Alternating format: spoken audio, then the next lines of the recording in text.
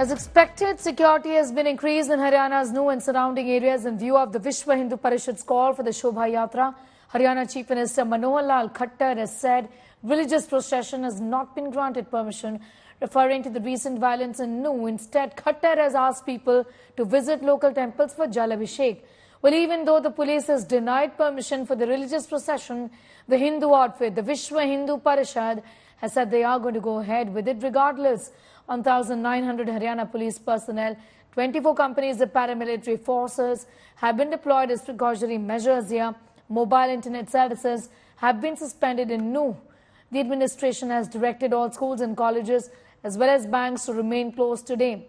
6 people, including 2 home guards, a cleric, were killed in communal clashes in Nuh and its adjoining areas after a VHP procession was attacked by a mob on the 31st of July. While mobile internet services continue to be suspended in Nuh district of Haryana since Saturday, the state government has stepped up security arrangements so as to maintain peace and public order in the communally sensitive district. Here's a report.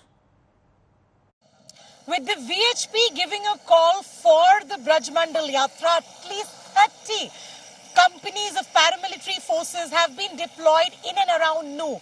As you can see around me, that RAF have been deployed in numbers in Nuh to ensure nothing untoward happens. This after the 31st of July incident, we've seen that the VHP has said that the locals can carry out a yatra, but there is no permission that's been given. Only locals individually are allowed to offer prayers, and to ensure that, you can see the kind of security deployments. There are drones that are flying. You can see setups that are also kept on the ground for constant monitoring to ensure nothing untoward spirals out of hand.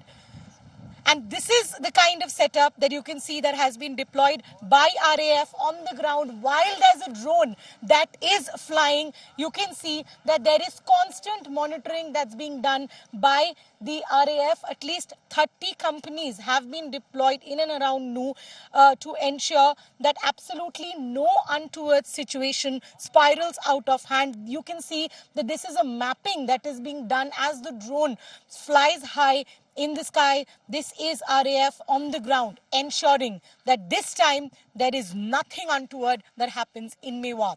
With video journalist Sanjay, this is Shreya Chatterjee for India Today. जहाँ तक police का और जिला प्रशासन का अपना एक जो वक्तव्य है वो यही है कि शोभा यात्रा की कोई इजाज़त नहीं है। जो जहाँ पर हैं वो जलाभिषेक करें, और ये क्योंकि एक धार्मिक आस्था का एक परंपरा है, और पिछले सोमवारों में भी जलाभिषेक होते रहे, और आज भी मंदिर में जलाभिषेक जो है वो हो रहा है। जो स्थानीय लोग हैं वो अपना आकर जलाभिषेक कर रहे हैं। देखिए, आज रात तक इंटरनेट बंद है, धारा 144 लगी हुई है, और आज के दिन के बाद ये फैसला लिया जाएगा शाम तक की परिस्थिति को देख करके कि आगे बंद रखना है या नहीं रखना। कोई परमिशन नहीं दी गई है हमारी तरफ से, कोई इस बारे में यात्रा के बारे में कोई परमिशन नहीं गई है। देखिए, हमारी तरफ से किसी भी बाहर से कोई भी मूवमेंट होता है उसको आस पड़ोस के जिलों वाले में भी रोकने के लिए कहा गया है। साथ ही साथ हमारे जो नाके हैं हर एक बॉर्डर पे वो लगे हुए हैं। आसपास के प्रदेशों में भी जहाँ से भी कोई मूवमेंट का है तो हम डीजीपी साहब की तरफ से उसमें संबंधित मीटिंग लिख के और प्रेस नोट भी जारी किया गया है। उसके अंतर्गत सीएम साहब ने भी कहा है और उनकी तरफ से भी अपील की गई है कि कोई भी तरह का मूवमेंट या कोई भी यात्रा की अनुमति नहीं दी जाएगी। हमको मालूम है कि G20 चल रहा है, 27 देशों के लोग आए हुए, संवेदनशील क्षेत्र है मेवात का, इसलिए उस यात्रा को हम छोटा करेंगे पर छोड़ेंगे नहीं। हमला होता है तो सहन नहीं करना, रुकना भी नहीं, हमले का बराबर प्रतिकार करके विजयी होना। पूरी दुनिया की निगाहें नुह की ओर हैं। क्या वहां के रहने वाले स्थानीय लोग आज अपनी श्रद्धा के अनुसार जलाभिषेक कर पाएंगे और तीनों जो प्रमुख स्थान हैं वहां पर जाकर अपनी श्रद्धा अर्पित कर सकेंगे या नहीं? जिस प्रकार की प्रशासनिक रोक लगाई गई वो कितनी उचित है इसका विश्लेषण उनको करना चाहिए। यदि इस प्रकार का चाक चौबंद व्यवस्था 21-31 को कर ली होती तो शायद आज के इस परिस्थिति की आवश्यकता नहीं। प्रशासन चिंता करेगा कि लॉ एंड ऑर्डर मेंटेन रहे वहां पर और किसी प्रकार की दिक्कत ना हो, किसी प्रकार का जिस प्रकार पिछली बार माहौल खराब हुआ था वैसा ना हो, और सुविधा भी रहे लोगों को, क्योंकि ये हिंदुओं का बड़ा पर्व है जिसमें वह जल अर्चना करने जाते हैं, जल अर्पण करने जाते हैं। तो और मुख्यमंत्री जी ने कहा है कि हम क्षेत्रीय लोगों को छोड़ देंगे। धर्म की आड़ में सांप्रदायिकता का विष बोना, ये कहीं ना कहीं विश्व हिंदू परिषद के आलोक कुमार की आदत सी हो गई है। इसका हर सीमा पर निषेध होना चाहिए।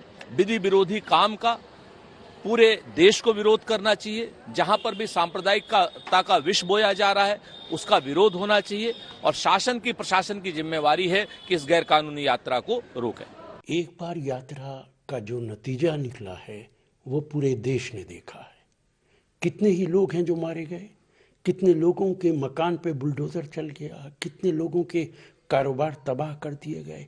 एक बार फिर वही आंधी हरियाणा के अंदर विश्व हिंदू परिषद चलाना चाहती है, और वो ये भी कह रहे हैं कि हमने यात्रा की इजाज़त ही नहीं मांगी है। वो अपने आप को कानून से ज़्यादा बड़ा समझते हैं। इससे अंदाज़ा किया जा सकता है उनके इस बयान से कि भारतीय जनता पार्टी की सरकार उनके पीछे खड़ी है। Hinduja is getting us more details on that story from Noor right now. Arvind, फिर एक बार टेंशंस नू में है क्योंकि यात्रा का तो परमिशन नहीं है, लेकिन 11 लोग जल अभिषेक कर सकते हैं, ये सरकार का कहना है। सिक्योरिटी बीफ्ड अप है, इसके बारे में बताइए। देखिए, सबसे पहले मैं आपको बताऊं, इंडिया टुडे पर आप एक्सक्लूसिव देख पा रहे हैं। ये जो आलोक कुमार है विश्व हिंदू परिषद के, इनकी यहाँ पर गाड़ी मौजूद है। यानी आलोक जो कुमार हैं विश्व हिंदू परिषद के, वो नूह के उस चौराहे तक पहुंच चुके हैं और पुलिस से बातचीत हो गई है। और अब ये देखना होगा, और ये ब्रेकिंग न्यूज है कि जो आलोक कुमार है विश्व हिंदू परिषद के, अब उनको परमिशन मिल गई है जाने की। और जो पुलिस टीम है वो अगर देखें यहाँ पर तो बाकायदा जो पुलिस से फिलहाल बातचीत आलोक की चल रही। आलोक जी, इंडिया टुडे पे आप लाइव है, आपको परमिशन मिल गई?